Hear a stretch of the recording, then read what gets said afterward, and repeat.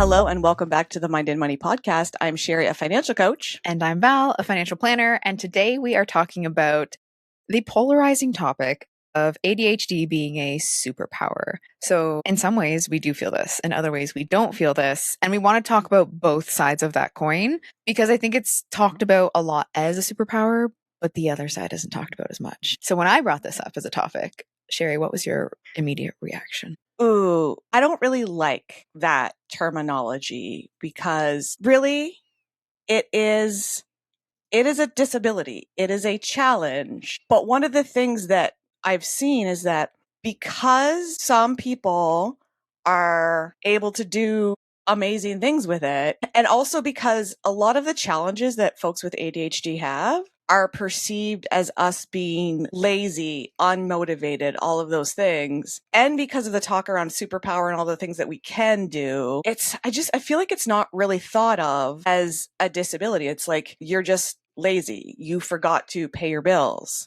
You didn't get off the couch today. People don't understand that aren't living it, how it creates challenges because we tend to cycle through being hyper focused and super productive. And that's what a lot of people see. And they don't see oh my God, like the under focus or the dysfunction or the underfunction or the, what's the word? Avoidance. Yeah.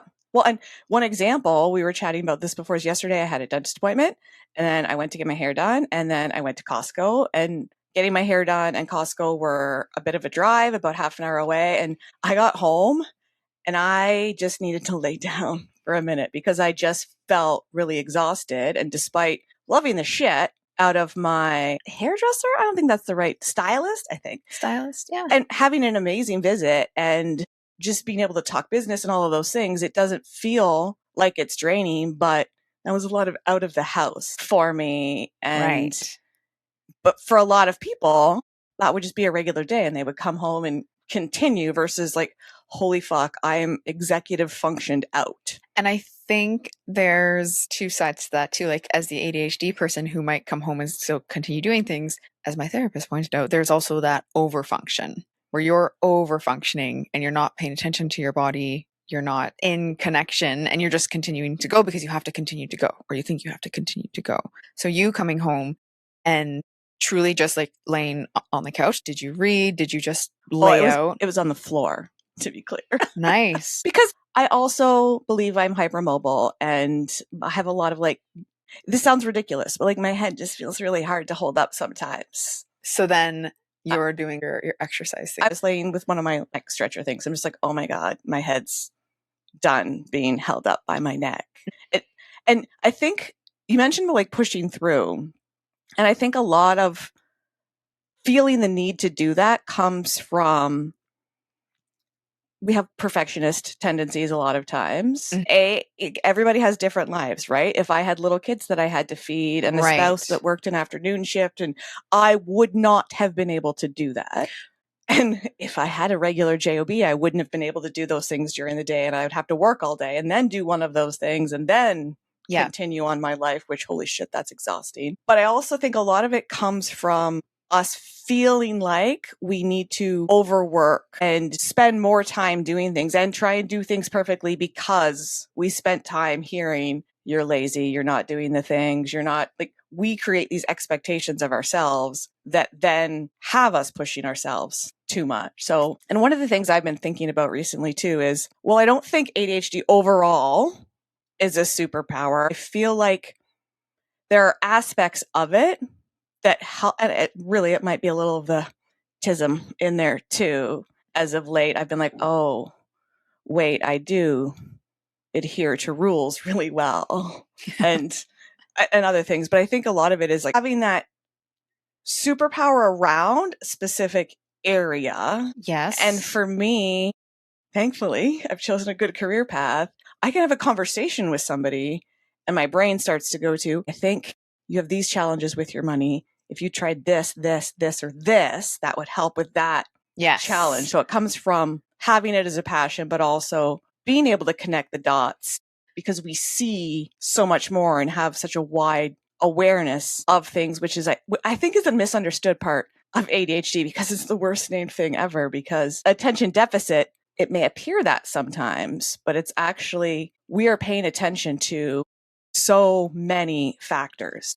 I would agree. In that client relationship building, that's where, especially in those conversations where you're getting to know someone and you're able to ask those questions, the brain is really firing at like, okay, what about this and this? And the question may come out of left field, but it's connected in a way and you're pulling the right answer. So I would say that's, to your point, it has areas where it does act like a superpower for us, because there's areas where it's like, oh, this is being utilized really well. This is the exact tool that I need. If I were just going down a list of questions, I would miss 50% of the things that I've just picked up on. Yes. Yeah. And I think that's also what creates that exhaustion, because for us to have a conversation with somebody, or for us to go out into the world and be at Costco, you might be paying attention to so many things with it, but we go wider and we have so much awareness to little things happening. I'm not sure if you've ever had the situation where you're having a conversation with somebody and you're like,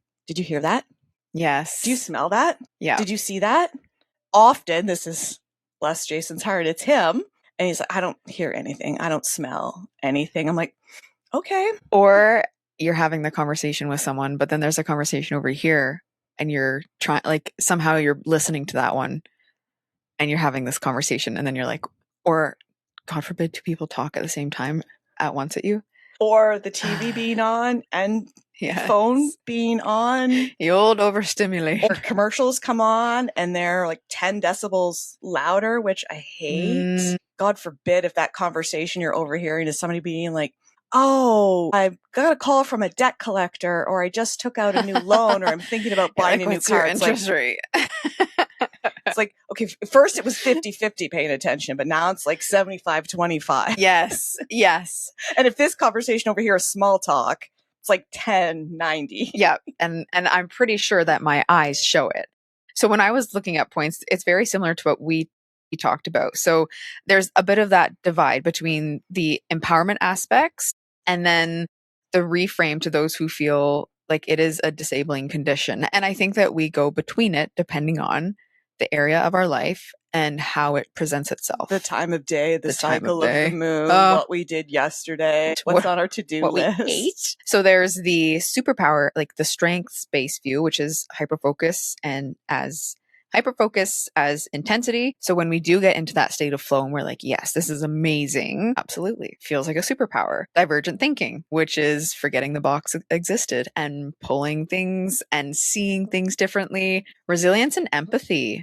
Interesting. Oh, see, I think empathy, that's very polarizing for me too, because empathy, it's lovely and it is very, very underrepresented these days. If you are kind and empathetic, please keep being that way.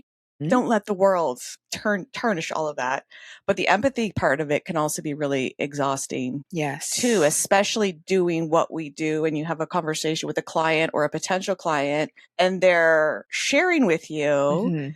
And sometimes after a specifically heavy meeting, it can feel like it can be a lot to take. Like what we do gives to us in here, but also we can have those heavier ones where we still love what we do, but it was hard conversations or heavy topics. Yeah. And it's just like, I can help carry that when we're interacting, but really trying to not carry it outside of those meetings, which is easier said than done. So I do think there are areas that we can be really high performers in when it comes to having ADHD. But I also think if we're all saying it's a superpower, then the world is, I think, going to create even more shame around the things that we're doing or not doing to a certain level, having that negativity around it. Well, if it's a fucking superpower, why were you late handing in that work assignment that impacted me? Like, you lazy fucker. But then it creates more shame internally, right? So like the curse side is invalidating real struggles. So calling it a superpower can minimize the severe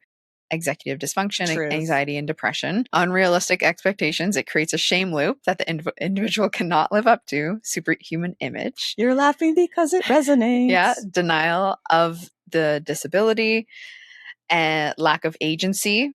ADHD is like having the ability to fly, but no control over when or where it happens. If you are on medication for ADHD, one thing what you're doing when the medication becomes effective, like when that medication kicks in, is very important. Because while the medication can be helpful, if you are scrolling on your phone when that medication kicks in, or online shopping, you just get really good at scrolling or online shopping. So trying to take it and then, sit down at your desk and start working, or go out for a walk, or trying to do something that helps you kind of have that forward momentum with the things you want to get done. Have you, that day. Is this lived experience? Maybe. This is how we bought things from the auction. But I'm really excited about the thing. Stay tuned for, and it's not like 4 episodes from now to see the last thing I bought. That's not like a... When I also bought face masks. Maybe we'll wear those next time too. Oh my gosh. From the auction? They were $7, I think, for 10 of them. Well, plus 18% fee, plus 13% tax, plus $1. They get you there too. But if you divide it out, that's a great point to ADHD being like the power to fly, but not controlling when you can. When you take your medication, make a choice on what you're doing when it does take off. Yeah. And I've heard conversations too about on Reddit where people are asking, like, do you always take your medication, or do you only take them on days when you need to be productive? And for me, I do take it every day because I know it has like life function positives too, and mental function where I don't overthink as much and I don't beat myself up as much. So I do take it every day because I think, I'm on Vyvanse. So while it's not a drug that it needs to build up in your system, you take it and then it is removed from your system. That's the science term, I'm sure. So you can still feel its impact on days you take it if you don't take it all the time. But it's just like, I'd rather have it help me function all the time. And it's finding that daily benefit. Even if it's not a day you have to be productive work-wise, there's still benefits to it in the other realms of life. So to be as even keel as possible in energy and output. Yeah. So to round it up, it can be a superpower, but I don't like to say overarchingly that it is a superpower because well, then it creates a standard. It sets like, it is this. Yeah. It creates more negativity around the things that are more impactful to us. And it looks a little different for everybody. So it's just knowing what helps you, knowing what you're really good at. And if you're nodding along, you're like, oh yeah, I have this little sliver that I feel in my life. It's a superpower. And if you're not utilizing that somehow in your life, here's a challenge. Like, figure out how you can use it a little more in your life, because that tends to make the other things in your life just a smidge easier and also create more joy in your life, which I think is really, really important because, again, there's so much shit out there and negativity in the world, and we need to find those things that give us happiness and joy and make things a little bit easier. Yeah. Superpower, I think 22% superpower. There's a visual, and it's a little cartoon drawing, and it's a superhero with the cape. And it's like, some days are like this, and then the visual below is the cape as their bed sheet pulled up. And it's like, other days are like this. And that's very true. Understanding that. And not being rude to yourself when you have those days where you're like sheet up, and then knowing sometimes you're going to have to push yourself out of that bed and be like, showtime. Even though it's maybe not my day, I still need to show up. But there's a fine line. And also understanding that cyclical productivity, to know, and we've talked about it before, where it's like, when you have those days, you're like, yes, I knocked 12 things off of my to-do list. And that paying attention helped me see that then the next day it's like, oh, I knocked 0 things off my to-do list. And that I'm here today, I'm probably going to be here tomorrow. And like, if I'm here, it's still okay. But what is the minimum I need to do tomorrow, and being okay with that being how you show up. So it's understanding yourself and what drains you and what fills your energy up, because there's different things, but also depending on the day, something could drain you one day and fill you up the next. So that's very true. Yeah. Is it a superpower? Let us know in the comments what you think, and be sure to subscribe and come on back next week, because we release a new episode every Thursday. So we are glad you've been here, and we can't wait to see you next week.